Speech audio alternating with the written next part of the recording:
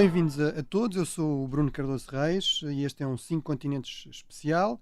Especial porque nos vamos focar em mais um continente e apenas num continente, mas sobretudo especial porque contamos com mais um convidado muito especial, neste caso o Dr. Paulo Portas, jurista de formação e eu atrever-me a dizer jornalista político também de vocação, entretanto com uma atividade também no setor privado.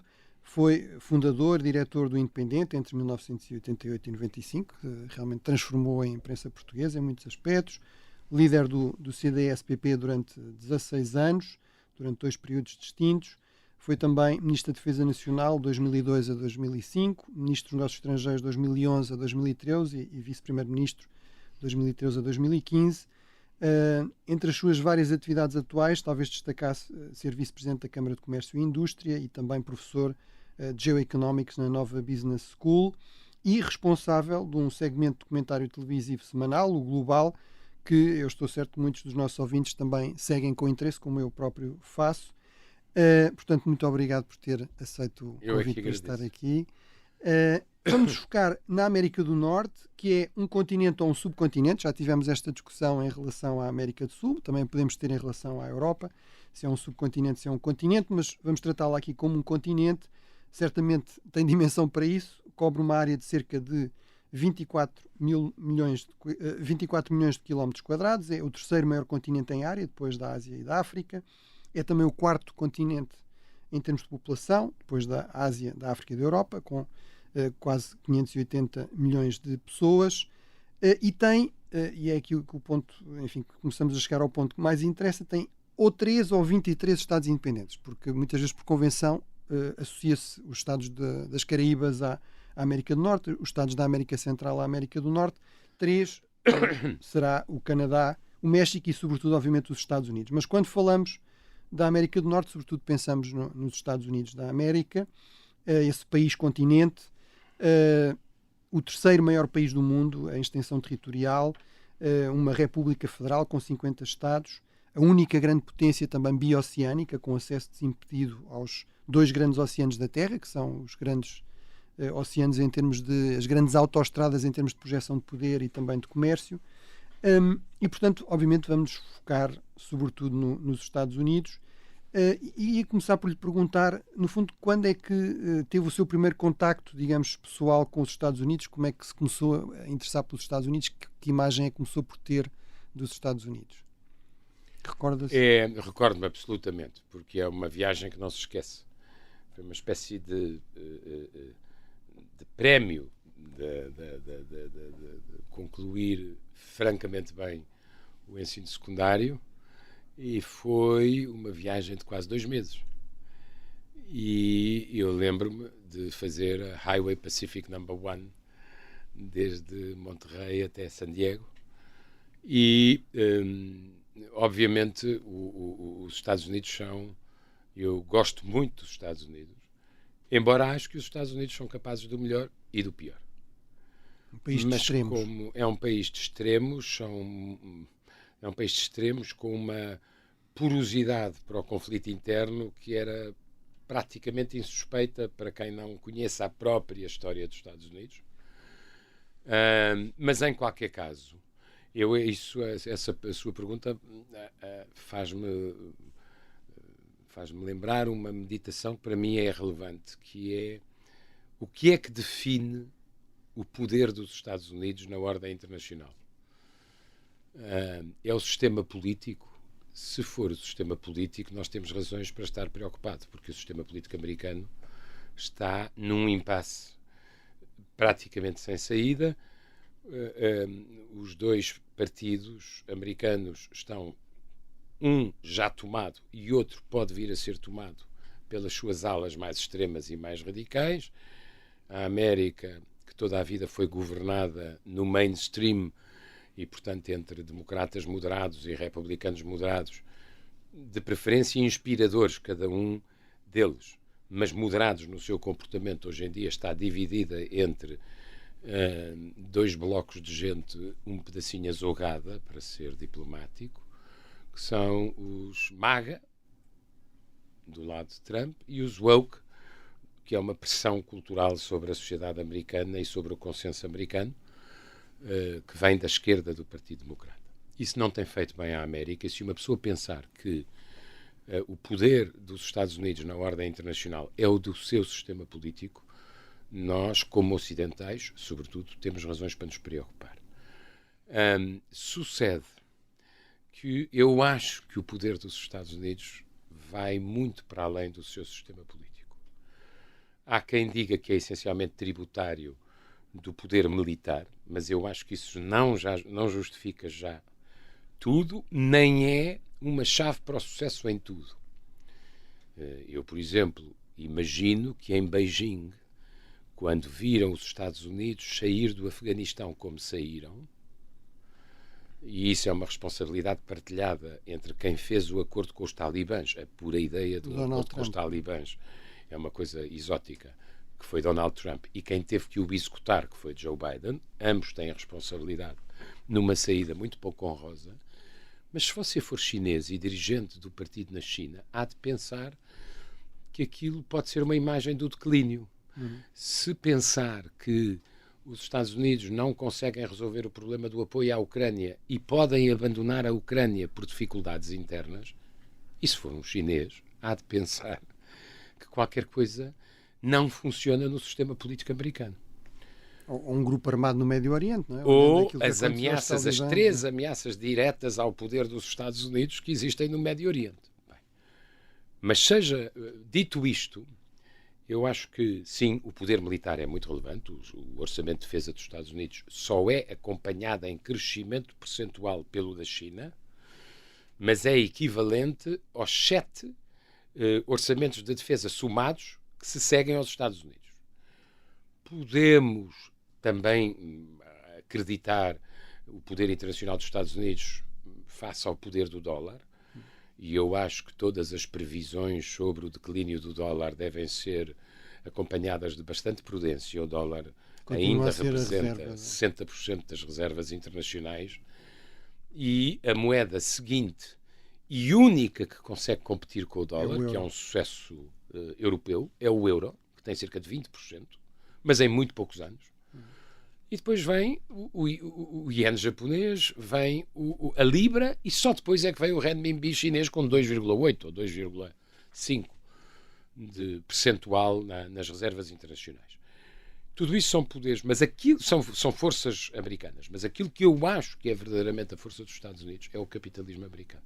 É o dinamismo da economia? Continua a ser a primeira economia? Por um lado, quer dizer, Bruno, eu não conheço nenhuma economia aberta que tenha crescido 128 meses seguidos entre a crise financeira e a pandemia, sem nenhuma interrupção. Os Estados Unidos, enquanto os economistas estavam a discutir a estagflação, que acabou por não acontecer, a economia americana estava a criar 300 mil postos de trabalho por mês. O modelo americano é muito diferente do europeu. E os europeus têm uma abundante capacidade crítica sobre o modelo americano e uma muito discreta capacidade autocrítica sobre o nosso. O modelo americano é muito mais simples, se quiser, deixa pessoas para trás, mas ao mesmo tempo dá muito mais oportunidades a muito mais gente. Nos Estados Unidos é fácil contratar e é fácil despedir. Na Europa é difícil despedir e hoje em dia é difícil contratar porque a Europa está a envelhecer e não tem recursos humanos suficientes. Isto gera, repara uma coisa, os Estados Unidos deveriam ter entrado em estagflação no ano de 2023. Foram a melhor surpresa económica do ano em termos internacionais.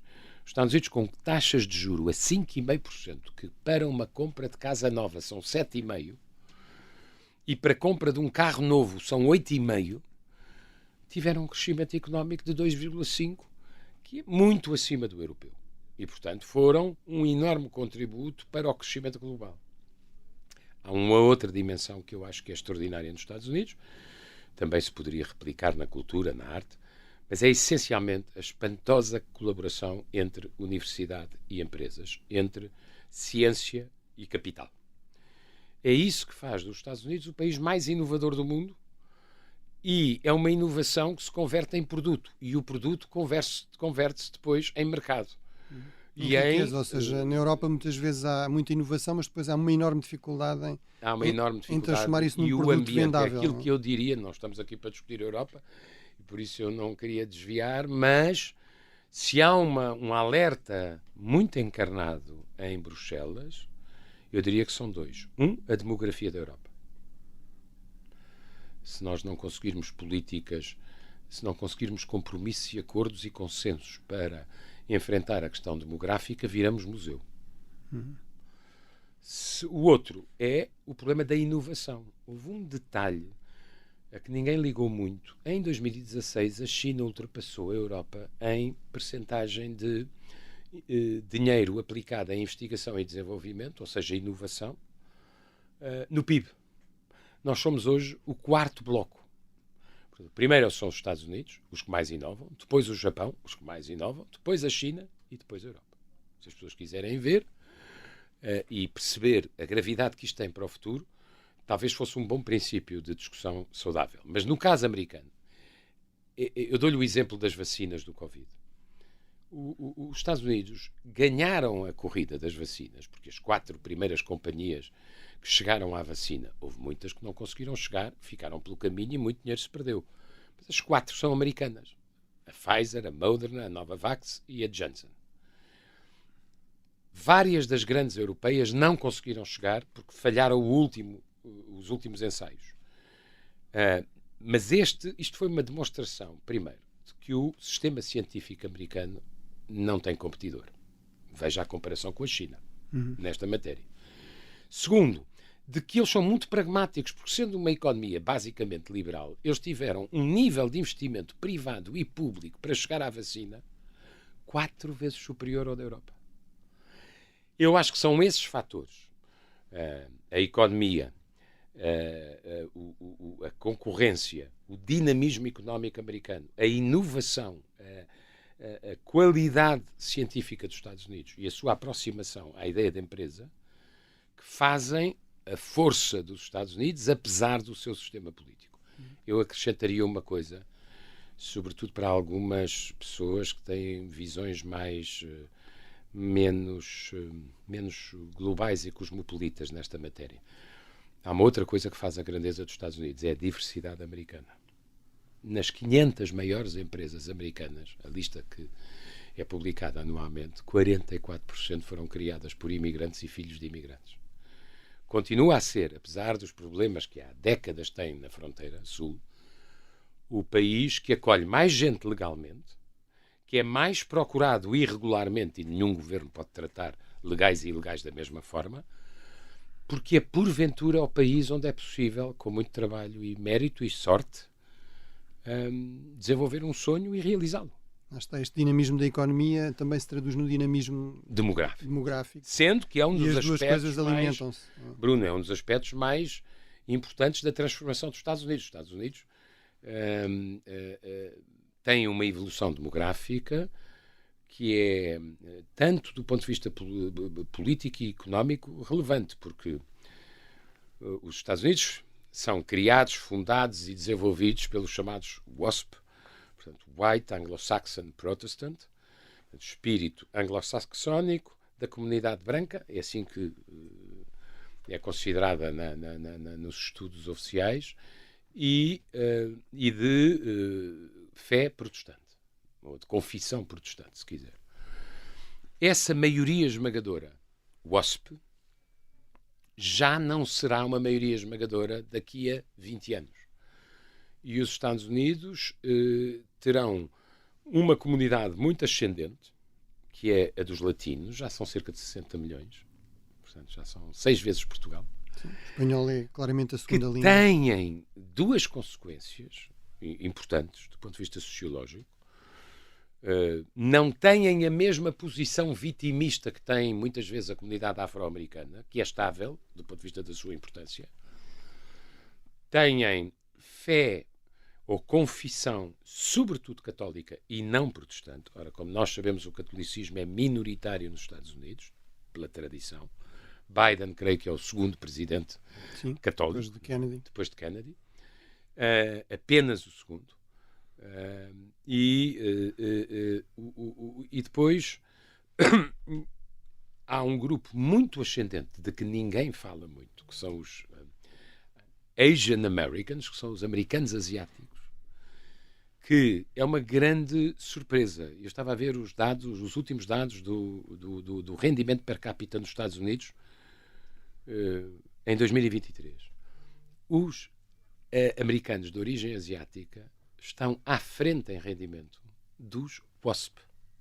Portanto, os americanos brancos, anglo-saxónicos e protestantes foram ultrapassados por uma comunidade que é hiper trabalhadora, hiper ambiciosa, que não se envolve em discussões interétnicas, que reclama os seus méritos. Não se esqueça que aquela decisão do Supremo sobre a aplicação de cotas nas universidades é iniciada por 2 estudantes Asian Americans que consideram que foram prejudicados para se poderem cumprir as cotas e que hoje em dia estão largos milhares de dólares acima, em média, do rendimento da comunidade tradicional.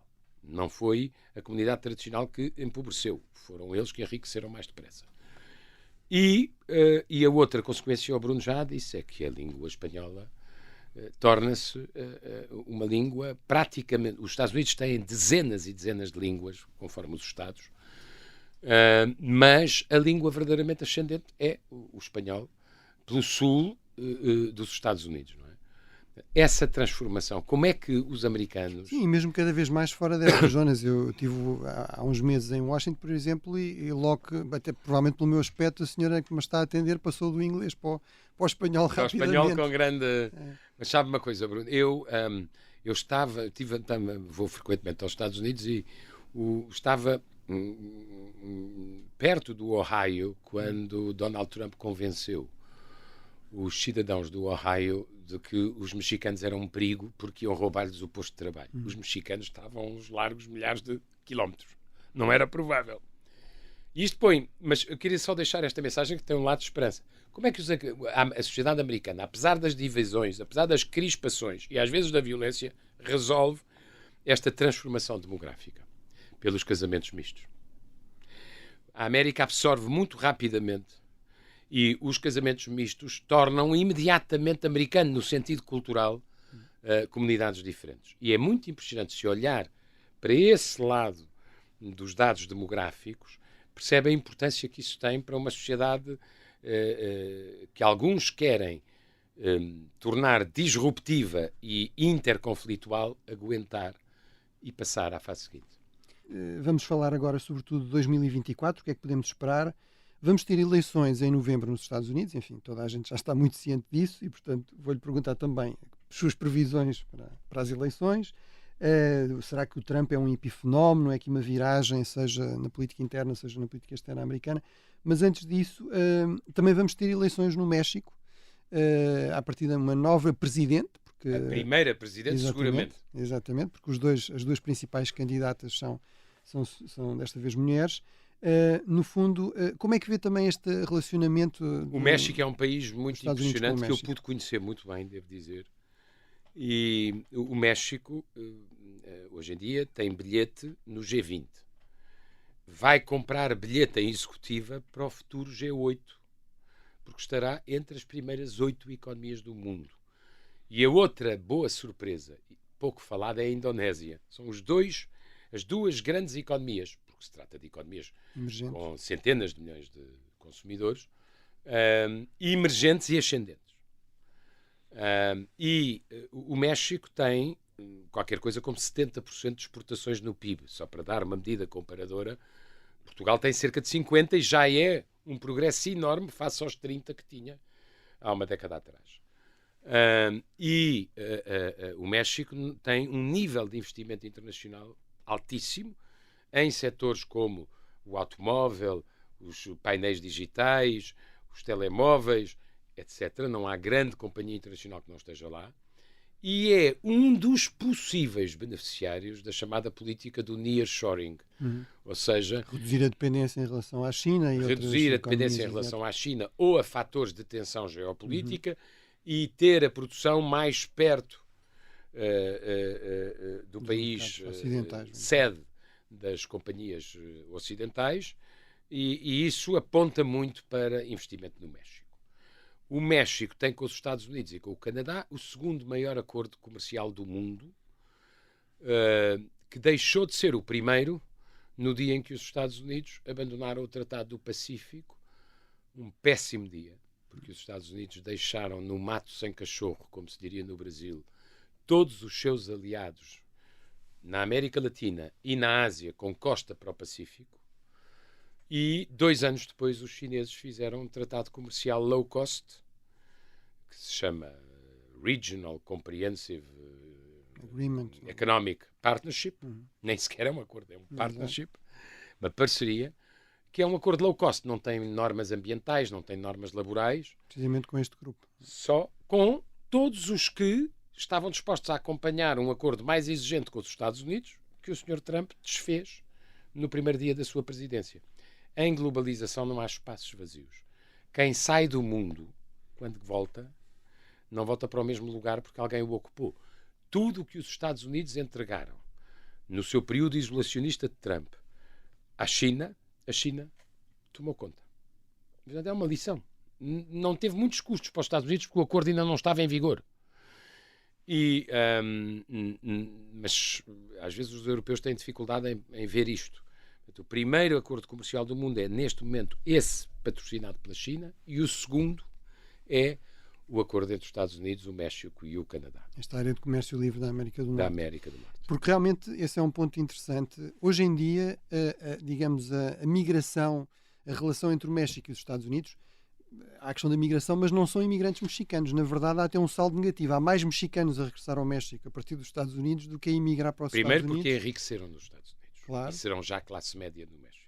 Mas também porque a economia mexicana... E segundo, porque a economia mexicana não tocou, apesar do presidente ser, digamos assim, um nacionalista de centro-esquerda, mas ele não tocou nos macrofundamentais da economia mexicana, que é muito convidativa do ponto de vista do investimento estrangeiro. E depois porque o México se transformou um pouco como Marrocos, no caso da Europa, país plataforma, país de passagem. E, portanto, a pressão dos Estados Unidos hoje em dia é para que o México tome conta de forma mais coerciva da sua fronteira sul. Exato. Dos imigrantes que vêm da América Central, e que passam pelo México, como hoje em dia vêm das regiões subsaarianas e passam por Marrocos. Bom, não há políticas de imigração que funcionem sem a colaboração do país de passagem e do país de destino. Para elas serem reguláveis e não serem fonte de confronto. Eu queria lembrar aqui uma coisa de que nunca se diz quando se fala da questão migratória. Os Estados Unidos são o país do mundo que acolhem mais imigrantes legais. E depois têm um problema. Há muitos anos, o muro não nasceu com Donald Trump. O muro nasceu há 20 anos e todos os presidentes fizeram mais um bocadinho de muro, exceto o Biden, mas provavelmente acabará a fazer. E o problema é que, curiosamente, duas coisas que surpreenderão tanto a esquerda como a direita portuguesas. Quem foi o presidente que naturalizou, legalizou mais latinos nos Estados Unidos?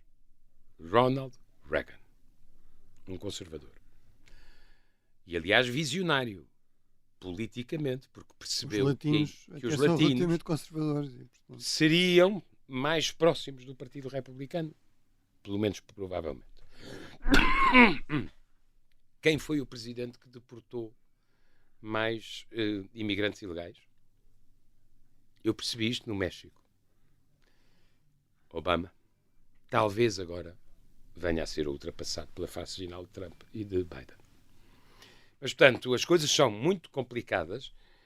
Como disse há pouco, a imigração faz parte do crescimento económico dos Estados Unidos. E também não os deixa envelhecer. A diferença entre a idade mediana de um americano e a idade mediana de um europeu é muito grande. E cada vez mais esse é um problema também, e uma vantagem em relação à China. A China também está a envelhecer muito rapidamente. Havia várias frases dos ocidentais sobre a China, várias falharam. A previsão que mais falhou, que era uma previsão tipicamente clintoniana, era a liberalização económica conduzirá à liberalização política. Não conduziu. So far. Mas havia uma outra que era interessante, que é a China vai começar a envelhecer antes de enriquecer. A China já enriqueceu muito, não há comparação possível com a China de Mao e a China aberta por Deng Xiaoping e agora a de Xi Jinping. mas no sentido que tem um PIB per capita já bastante razoável face à miséria que tinha há 40 anos atrás. Mas atenção, o declínio demográfico da China começou factualmente, se quiser, a tendência vinha de trás, porque esta coisa de que o Estado é que define quantos filhos é que uma família tem, obviamente isto não podia dar não funciona, it doesn't work. E falhou a política de um filho, a política de 2 filhos, a política de 3 filhos, e estão desesperados para que a crise demográfica não afete, não é o Estado de Providência, porque o Estado de Providência não existe na China, não afeta a competitividade económica. A China, no final deste século, se os demógrafos estiverem certos, terá metade da população que tem hoje. Hoje tem 1.400 milhões de pessoas. Terá 700 milhões. Consegue imaginar o que é que isto significa do ponto de vista da competitividade económica de um país, nomeadamente. E a segunda coisa é que isto não acontece com a Índia. A Índia ultrapassou a China ano passado, e não começou a declinar a sua curva demográfica. A China, sim. Portanto, são questões que... Em relação a 2024, temos realmente de voltar às eleições de novembro. No fundo, o que é que lhe parece? Quer dizer, os americanos têm uma expressão que eu gosto, que é too soon to call. Exato. E então, nas noites eleitorais, isto passa muito too soon to call, que é quando eles não têm a certeza quem é que ganhou em cada estado.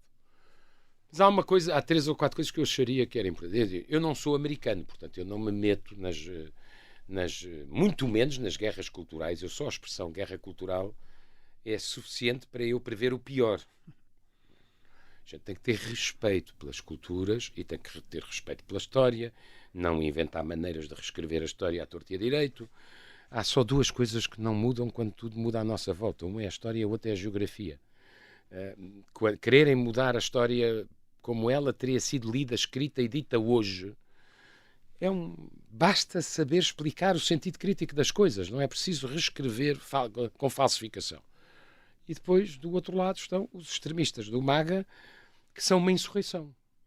Aquilo que é mais grave é que no país que é líder do Ocidente e que é a democracia mais potente do Ocidente, há um partido de governo, que é um partido com uma enorme história, vai de Lincoln a Reagan, com uma enorme história nos Estados Unidos, que está tomado de assalto por insurrectos, por gente que teria destruído a Constituição e o Estado no dia 6 de janeiro. Aquilo é uma coisa muito perigosa. O assalto ao Capitólio. É uma coisa muito perigosa. E que tem como visão económica estrita o puro protecionismo. Atenção, que o protecionismo é um pêndulo americano. Não começou com Trump, apenas se acentuou. Os americanos oscilam entre posições muito abertas do ponto de vista do mercado, até porque têm empresas muito conquistadoras, e posições muito isolacionistas. Pensar que a primeira e única ideia económica de Trump para o próximo mandato é fazer uma tarifa de 10% a mais sobre qualquer bem que chegue de outro país aos Estados Unidos, por exemplo, os bens portugueses, que somos exportadores para a América, isto obviamente encarece os preços, prejudica o consumidor e não trata da competitividade das empresas americanas que dormem na forma. Mas, dito isto, agora o que nós vamos ter é o confronto, provavelmente, entre o último centrista do Partido Democrata e o primeiro radical do Partido Republicano. E eu acho absolutamente muito cedo fazer qualquer previsão. Há uma regra nos Estados Unidos, que é uma regra que em 100 anos só teve uma exceção. Os americanos votam com o bolso, votam com a economia, e se nos 12 meses anteriores à eleição não houver uma recessão, em princípio o incumbente ganha. O Presidente é reeleito. Portanto, isso é uma boa notícia para Biden à partida. Seria se. Se uma pessoa fizer uma comparação entre os dados do crescimento económico nos 3 anos de Trump e nos 3 anos de Biden, ainda que descontados os efeitos de pandemia para um lado e para o outro, objetivamente Biden tem uma ligeira vantagem quanto aos níveis de crescimento económico, fica umas décimas acima de Trump, tem uma vantagem no rendimento per capita, que subiu bastante com Biden, Mas Biden tem uma ligeira desvantagem no rendimento per capita disponível, por causa da apurados inflação. os impostos e as taxas e o efeito inflacionário. O desemprego vai manifestamente a favor de Biden. Ele tem uma taxa de desemprego inferior a 4%. Donald Trump fechou o mandato com uma taxa de 6%. Mas dito isto, portanto, pelo fator económico, Biden tem muitos argumentos. O problema é que a democracia americana está hoje muito transformada e muito submetida à chamada democracia digital, que tem virtualidades e enormes e coloca imensos problemas.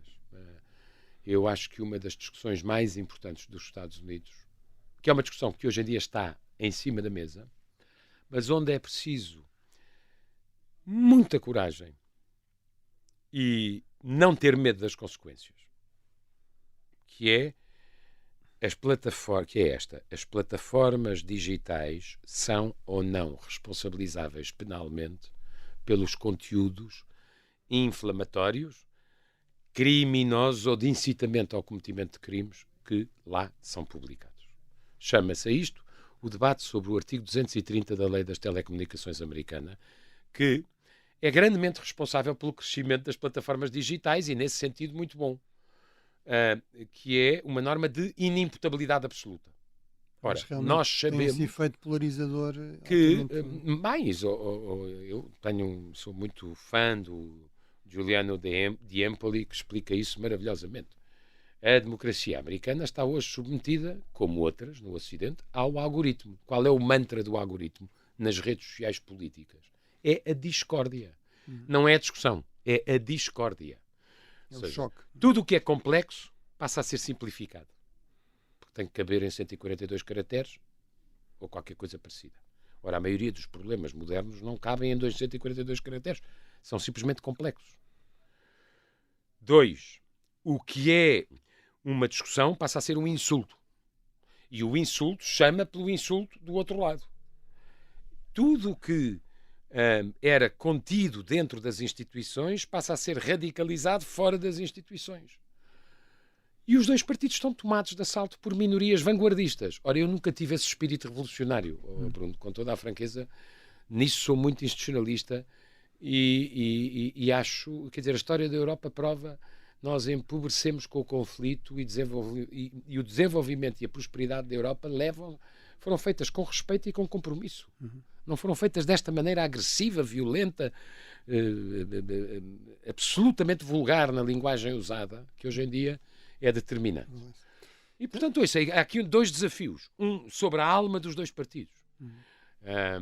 E nisso eu acho possível, só quero chamar a atenção para as consequências na ordem internacional. Biden é um atlantista e é um multilateralista, não tem história desse ponto de vista, restaurou as alianças na Europa e na Ásia.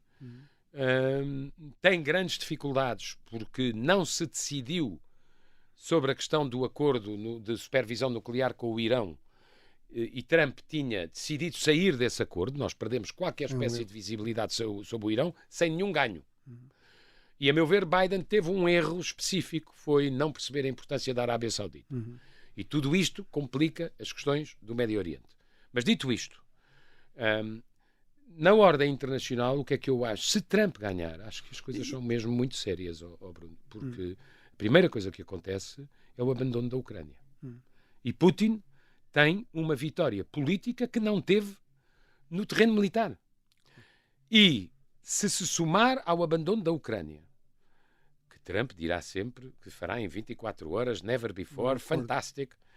Se ele ceder tudo a Putin, é fácil chegar a um acordo. É facílimo entregar o que não é dele a Putin. Mas isto sobra para a Europa. E esse ponto, exatamente, aí, até com base na sua experiência como ministro, no fundo, o que é que Portugal, o que é que a Europa podem fazer nesse contexto? Pensando nomeadamente numa presidência Trump. Quais são as alternativas, se há, e quais são as posições mais adequadas para gerir? É assim, tanto os europeus como os chineses vão perceber, se isto acontecer, Putin percebe a fraqueza do Ocidente, que ele antevê. Se isto acontecer, os chineses pensarão que o Ocidente abandonam os seus aliados. Ou seja, Taiwan. Pronto. Eu já nem falo nessas consequências. Agora, há uma coisa que eu sei, é que a Europa tem que se preparar para uma relação muito difícil com a Rússia de Putin, se Putin prevalecer pelo abandono americano na Ucrânia. Bruno, eu ensino nas minhas aulas, a Rússia de Putin fez 8 intervenções externas ao território da Rússia nos últimos 22 anos. Essas 8 intervenções têm um único ponto em comum. Foram todas em antigas repúblicas soviéticas, o que quer dizer que Putin acha que a fronteira de segurança da Rússia é a da antiga União Soviética. Se ele prevalecer na Ucrânia, o que é que está à frente dele? Os Estados Bálticos, que eram repúblicas soviéticas. Ou a Polónia, que é o mais trágico século XX da Europa. Polónia ou a Finlândia, que faziam parte do Império Russo. E, portanto, a Finlândia tem uma memória de resistência a uma invasão russa, no caso de Stalin. Mas o meu ponto é, a Europa tem que... Eu espero que nada disto aconteça, que não haja uma separação entre as duas partes do Ocidente, entre os americanos e os europeus, mas é preciso termos a noção de que nós podemos ficar sozinhos com o problema. Muito bem. Enfim, nesta nota não exatamente otimista, mas realista, nós não sabemos o que vai acontecer. Claro. É apenas um problema mas temos realmente de nos preparar para esse cenário. Se olharmos para cenários, o cenário mais difícil é este. Uma última pergunta que tem a ver com recomendações, ou seja, livros, séries, filmes que nos possam ajudar sobre a América. A perceber. Curiosamente é de um italiano o filme que eu mais gostei. Há muitos filmes americanos magníficos, o cinema é uma coisa americana, não só americana, mas o filme que eu mais gostei, até pela música, é Once Upon a Time in America. Era uma vez na América, do Sérgio Leone. Leone. Sérgio Leone, com o Robert De Niro, a Elizabeth McGovern, se não me engano, e os mais extraordinários olhos azuis daquele cinema. E é um filme assim para várias horas. Exato. Maravilhoso. O Sérgio Leone, aliás, tentou fazer uma versão ainda mais longa.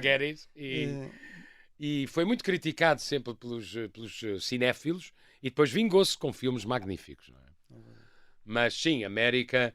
E o resto, ouça, na literatura é impossível, é tudo tão bom. Do ponto de vista geoestratégico, eu diria, quer dizer, tudo o que tem a ver com a invenção ou com a concepção dos princípios da diplomacia americana,